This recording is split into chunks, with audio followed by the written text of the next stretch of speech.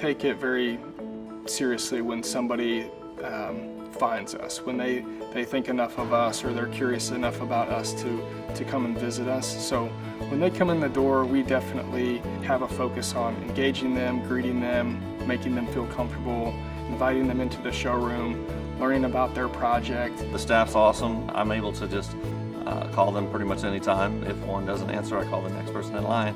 And I'm able to give them a budget number for my client, send my client in here. Basically takes all the work off my hands. The client calls me, they're like, man, that place is awesome.